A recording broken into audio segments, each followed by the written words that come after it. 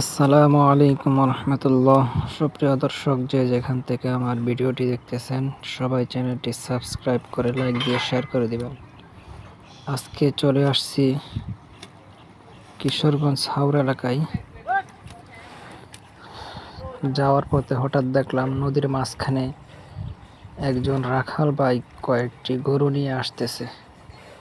তাই দাঁড়ালাম দেখার জন্য যে এই গরুগুলাই ওপার থেকে সাঁতরিয়ে এপার নিয়ে আসছে ঘাস খাওয়ানোর জন্য।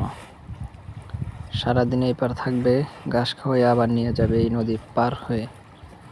তাই দেখার জন্য দাঁড়িয়ে রইলাম যে এই ভাইটি কিভাবে গরুটি নিয়ে আসলো। এই দেখতে পাচ্ছেন, গরুটি কিনারে এসে পড়ছে, এই উঠতেছে। সবই বকনা গরু। দেখেন, গরুটিও খুব সুন্দর দেখতে। ক্লান্ত হয়ে গেছে এত বড় নদী পার হয়ে এপার আওয়ার পর।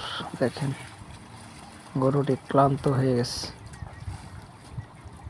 খুবই চমৎকার গরুটি।